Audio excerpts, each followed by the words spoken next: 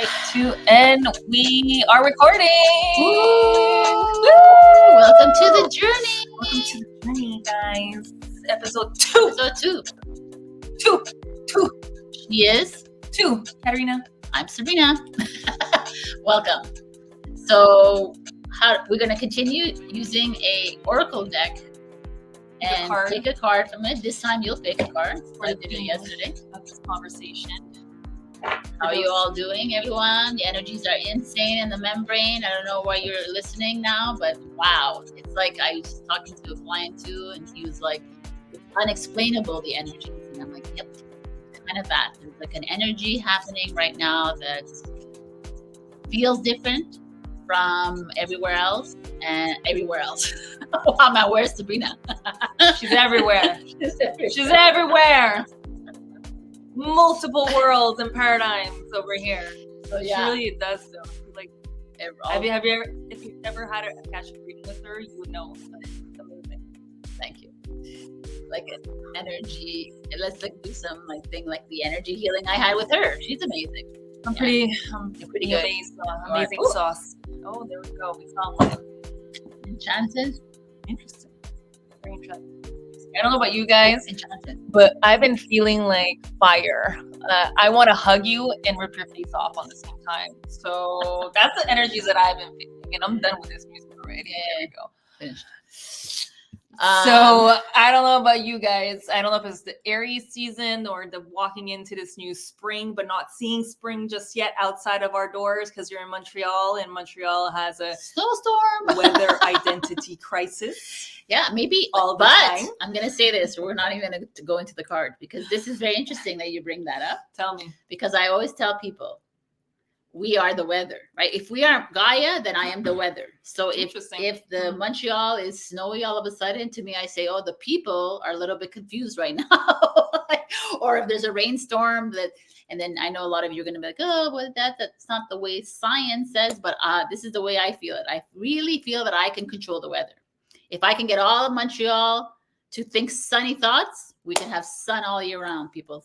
No, don't you think? Well, we need a little rain, though. And a little rain for the flowers to bloom. For the we can do flowers. We can do that every once in a while. And all that beautiful jazz. But yeah, this is interesting. Enchanted is like that came out today. What are your thoughts on this? Enchanted. For me, it's like a fairy tale. It's like a dream. It's probably a little bit of what's going on right now. We're in the dream. But you see, I find it's a portal. Yeah, the portal is pretty awesome inside. These are actually beautiful cards. It's from Moonology, one of her newer decks. What I find really interesting about this is the whole blackness, almost like the void. So it's like the enchantment is coming out of the void. So whatever you're going through right now. And that's kind of what I feel like I've been feeling. But lately. Enchanted is like, okay, let's look at what it says. Moonlight. Oh, I got it right away. There's something magical and enchanted about moonlight. Whatever it touches turns a beautiful creamy silver. Something is doing this in your life now, or is it about to? Life is all about cycles, as is astrology and moonology. Right now, you're about to move into a more enchanted time or cycle in your life, if you believe. Blah, blah, blah. This card reminds you to focus on the good while you process the difficult. What? If you can't yet feel the magic in your life, take support from a daily practice of just breathing out with the intention of breathing out stress through cleansing breaths. That was weird. All right. It might be dark now, but there's moonlight at the end of the tunnel. Might be dark now. That's what I was feeling with this darkness and in the background, kind of like magic. The thing is, the darkness, that's good. That could bring up a lot of like the dark and the light, right? The whole thing, how people fear the darkness, how the dark energy is bad, where we are the dark and the light. And it's almost like that's what we've been doing as humans, and we haven't realized it. And some of us are still there, and some of us are waking up into it. And it's like, if you're the light, then you're the dark. Right? If you're the negative, then you're the positive. If you're the evil, then you're the good. It's all the same. The light can only shine through the dark. Exactly. Basically. So are you guys feeling dark? And you know what? It's okay if you're feeling dark too, by the way. That's the beauty, the uncomfortable, the discomfort. To me, like when you're in the dark, and it's as a teenager, And people laugh at me because thanks. I have iTunes. I still with iTunes now with Spotify. You can laugh all you want, whatever.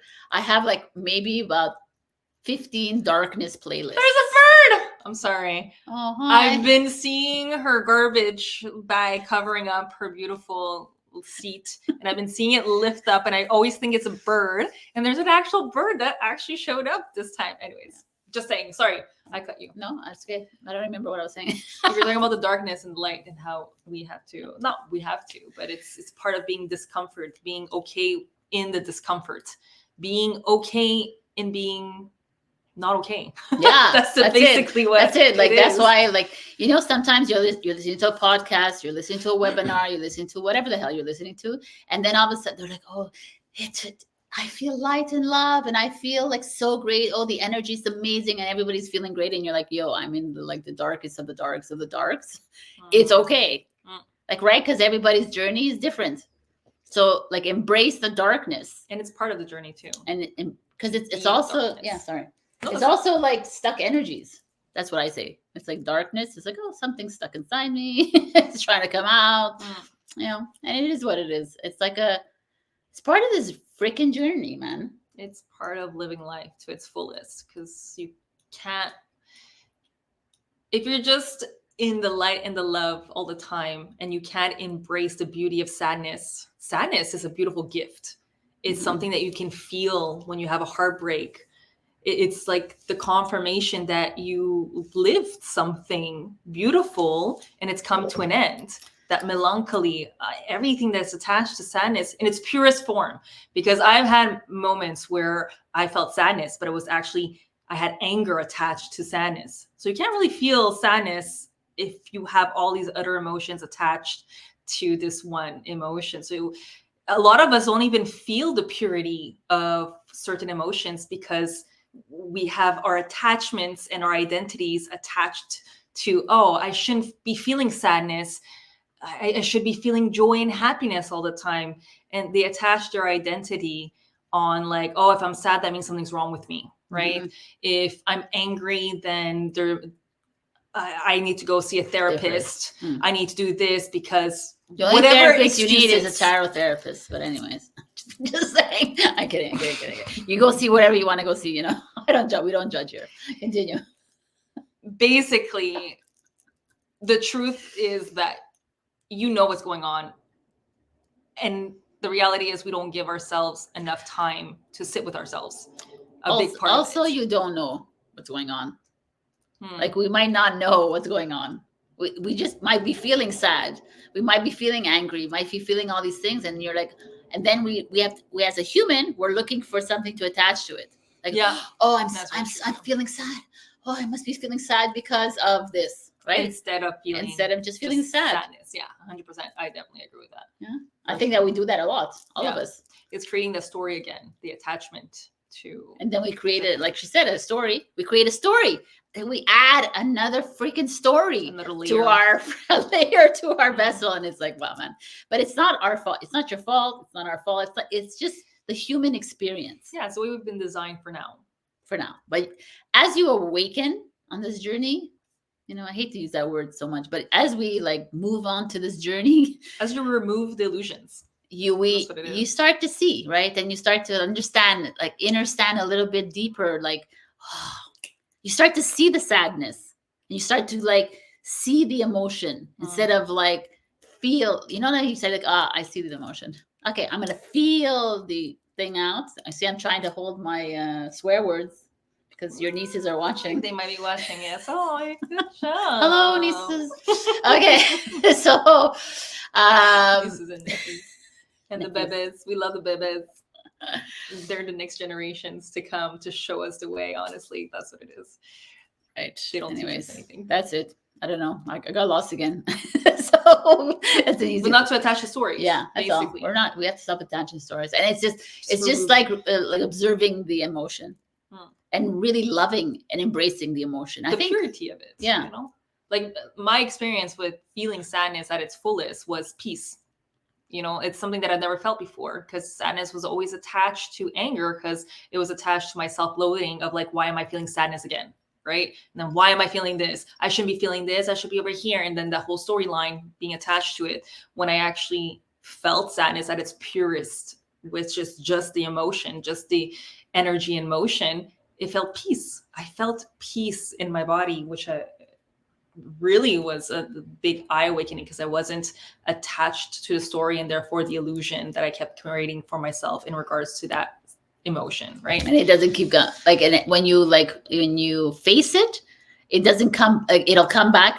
It'll come back another time for sure, and then you'll be able to see it. And you'll say, "Oh," like you'll be able to notice it if you want to notice it, of course, right? The charge, but also will subside every time it comes back. There's no more charge. You're not feeding the charge anymore. You're not feeding that emotional charge. So when it comes back, it'll be a fleeting gust of wind, maybe, right? That's probably where all these elements come from all these other, like Buddhism and the I Ching, because everything is attached to a specific element. So it's like, if you're not feeding the charge, then you can just allow everything to be released, like the wind. It's like the chakra system.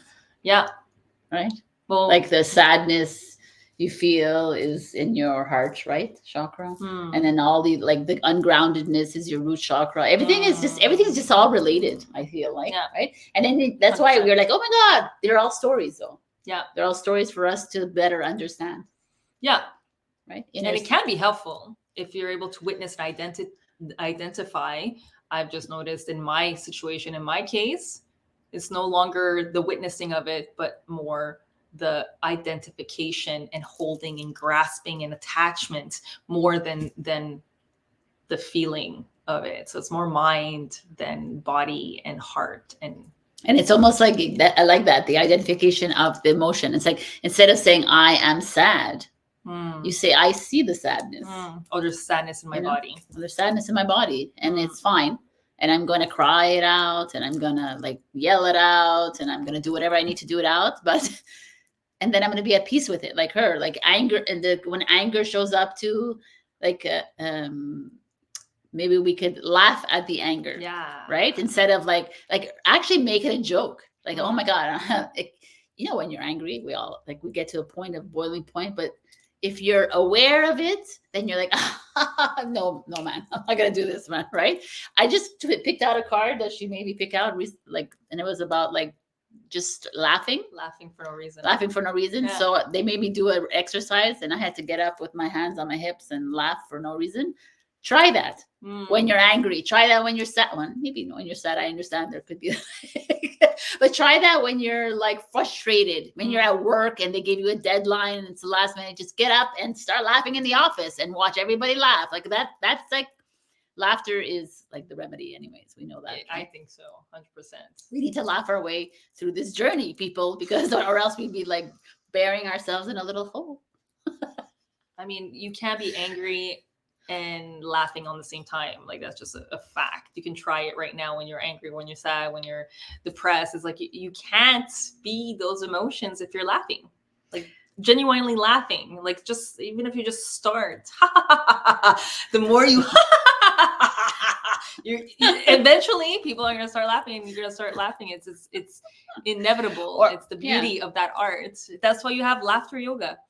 Literally based on that concept that if you are laughing, you cannot be sad or depressed. And it doesn't mean it's not going to come back, obviously, but it's giving your body a break and your mind a break and your heart and your soul a break from that sadness or depression. And it's funny. I'm going to tell a funny story now. Go for it. So I'm walking on this many years ago, and I'm with my sister Vanessa, and we're walking down this icy street in downtown Montreal. And she falls flat on her face, like literally flat on her face, like she's a starfish. And I laugh. I'm freaking laughing like a hyena. And everybody's like, oh my God, how can you do this? And my sister's, I could see her body moving like this.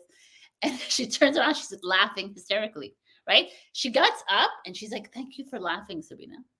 Because my pain went away instantly. That's so beautiful. I didn't feel like the pain. She was swearing when she fell, but I was like, and everybody around us were just looking at us like we were crazy, right? At this point, because we're like, she's kind of bruised on her face, but it's all good. Kinda, a little bruise. It's okay. But it's like you laugh, and that emotion took over. The laughter took over the pain, which is ego. It took over the suffering, even though you felt it. Yes, you felt the pain. But the lingering of it is ego. It's like, oh yeah, you're hurt, you need help, you need to go to the doctor, you need to do that. Instead of just laughing it off. And we did. That security system that's trying to keep you safe by creating all these stories and attachments. So you're gonna die, you're gonna get sick, and this and that. This is like so like wow. That's another story, man. Yeah, that's another story. We started off with Enchanted, but the all Enchanted that to say, Garden, yeah. And then it's like, but that's the enchantment of it. When you're able to actually laugh, you're entering a new portal, and you're coming out of it a brand new being and brand new awareness of what sadness really feels like. For me, it was peace. It went from anger to peace. So it's that's beautiful. How she walked in today angry. I did, but she was like nice to me. But I could feel her energy. Yeah, you are always nice. I try to. But she's a Scorpio, so we gotta like. You got to be nice to her while she's recording. But my ascending Aries kind of takes la relève. So and then your Cancer. My Pisces moon. Oh, your Pisces. Yes. Oh my gosh, psychotic and 3 levels. But it's all good. This is why I love her. She's just like straight on to the labelings, and it's funny. It's funny. We're not labeling. She's a beautiful soul. I am. Obviously. Thank you. And my soul reflects the people around. Yeah. But anyways, all that to say, we're gonna I came in angry. Yeah, she did. And now I'm laughing. Exactly. So it's. But I was very honest with my anger. You know what I mean? I was very honest with it, and I didn't understand it, and I didn't need to understand it. Yeah. She was there to listen to me for that 5 minutes, and I was able to release it. Right. Well, I'm going to tell you this. This is all transparent here. Go for it. She's telling me a dream about her, like someone trying to kill her, and she's on her death row. She's about to die. And so I'm like, yeah, but death, like it means birth. And she's like, I know, Sabrina. I know it means that. She got really angry at me because she was in anger mode. I was angry, but it's also because I forgot to voice my need. My need from her at that moment was just to listen. Shut up and listen. And she was trying to, like we all try to do. We try to fix, or we try to, give our opinion. Explain. Trying to explain. But for me at that moment, and it's funny that you're saying that because I was thinking it while I was talking about me being angry, because at a certain point, we end up teaching and knowing what our needs are and what we need from other people. So for me, I was angry and I kind of jolted because it's like, I just need you to actually listen to me instead of giving me. But I didn't mention it. So instead of mentioning it right away, it's like, Sabrina, I'm angry and I just need you to listen. Then she would have understood. But this is where we're getting at. Even like this, if we go back to the Enchanted card, one part of this portal is to know what your needs are and how to voice it. And we kind of touched on this last episode too, where once we're able to voice our needs, our environment completely changes. Did we talk about that for the episode? A little bit, yeah. Oh, yeah. Yeah, I remember. Okay. We talked a little bit about that, but anyway. Yeah, because we don't, you know what? Yeah, that's another topic. But anyways, transparency. Like, transparency is like a trigger to so many people, right? Like, you think so? Come on. Is it just because we're transparent with each other all the time. Mm-hmm. But that's how we become a little easier, and we're with less... me and you. But yeah, exactly. With other people, right? When I'm transparent, like, do you like my coffee? No. Yeah, okay. I see what you mean. Well, what do you mean? Well, okay, you just asked me, but okay, you don't want to know the truth. Like, I'm just giving an example, right? But that's with all of our lives. It's everything. It's like your husband, your wife, your partner, whatever it is that they ask you, how do I look in this dress? And then the man is like, oh, you look so beautiful, when you don't, right? Or you look like a frumpy, like old lady. What do you mean? No sex for a week? Like, it's just like we have to be true to our. Well, that's because honestly, people who are not self-reflective, because a lot of the times you and I, we've come to this part where we question all our triggers. Yeah. But not a lot of people aren't there yet. And if somebody doesn't like your coffee and you say, I don't like my coffee, and that triggers them, it has nothing to do with the coffee. It has everything to do with how she feels about you saying something's wrong with her coffee that she made at that moment, right? Right. So it's like a lot of the times this transparency is true. It's only helpful for people who are actually doing that self-reflective work. People who are not doing it, it actually feels and that's where the ego comes in, because it's like it's protection. offensive. It's protection mode. Oh my God. She's not talking about the coffee, although you asked about the coffee. She's talking about me, but it had nothing to do with her, right? Which is everyone takes things personally, which is the 4 agreements. We have to remember that. Don't take things personally. And if you know, you know, and you will if you stay here with us.